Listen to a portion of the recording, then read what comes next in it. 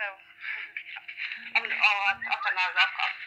I don't know if you know about my situation, Sarah. I'm not even sure because every time I talk to somebody from the coroner's court, they don't know nothing about my situation, and I just find that very insulting to be calling and nobody knows my situation.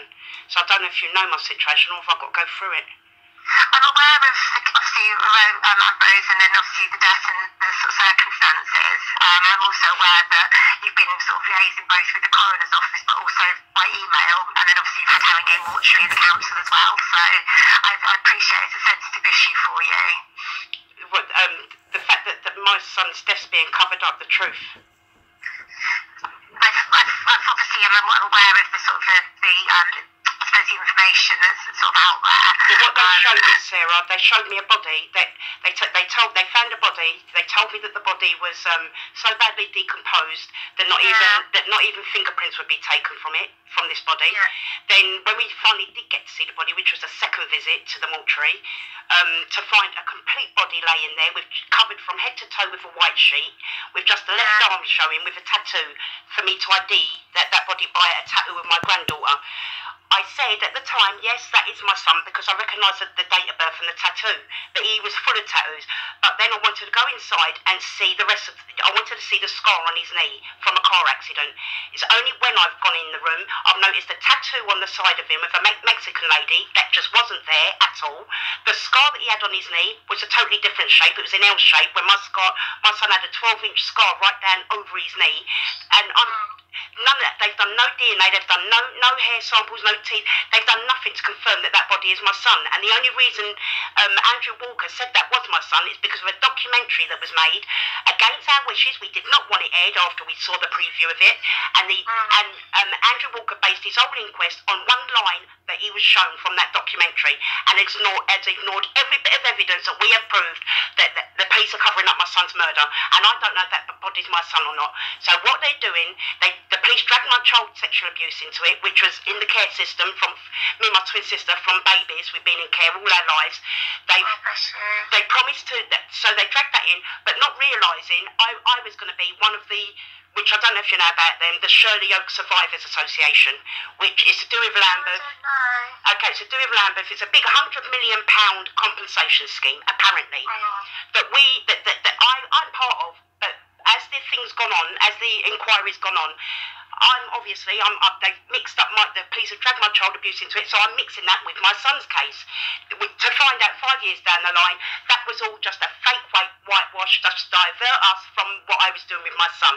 We're still sitting here, Lambeth's been found liable, we're still sitting here, no compensation, and the only reason I wanted that compensation, which is in all the reports, was to get my independent, because we haven't had an independent autopsy, and I want to know what happened and what's wrong with that body. And that is the only reason I need to end this. I mean, I'm physically, mentally, emotionally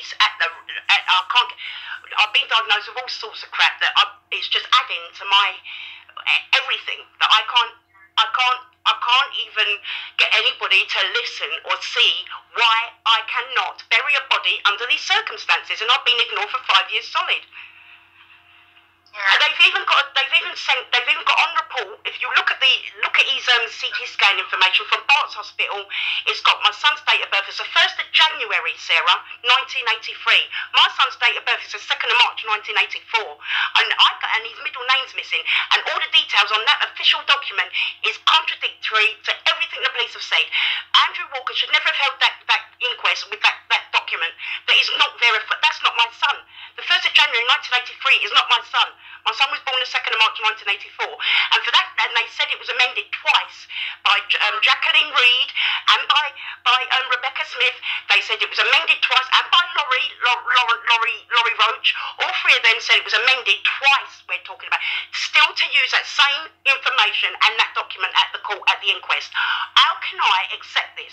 I'm a human being. I have rights. How can I accept this? There are laws and there are rules and laws that have to be followed, and this is disgusting that people are forcing me to do this, and I will not. I refuse to, and I'm going to do it all the way because I have rights, and just these few issues I've told you is enough for me to warrant to have my rights. But that CT scan, that information they handed over, it's nothing to do with my son. They've told complete lies. It contradicts everything the inquest held. They haven't even investigated what's on that CT report, what actually did happen. They've done totally different, made out that my son got in his car, drove 100 miles per hour, and he killed he basically ran and fell into the river. No, he was beaten up and attacked and ambushed just before he went missing. He was seen running into the arms of Metropolitan Police, half naked, and we did not see him come back down. And then we saw a lifeless body, Sarah, being carried down the side of the Fox Pub. For them not to keep on ignoring this is not acceptable. It's not acceptable, and I'm not putting up with it. No, I won't. I refuse to. I would die doing this rather than be forced because of the wrongdoings of the Metropolitan Police who killed my child. And I've seen it on CCTV, and Andrew Walker's just dismissed it all as if it has nothing to do with my son going. And I can't accept that. And I won't accept it.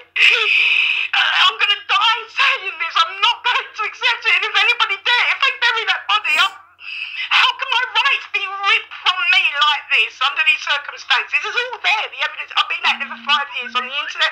I've got 10 groups. I don't stop on every day of my life for 5 years. Since my boy's been gone, I've been on this laptop and I do not move. My body's finished. Because I cannot, I'm not being heard. I'm not being heard by anybody, and this is wrong. It's wrong. It's absolutely wrong. They took no photo. They've done nothing.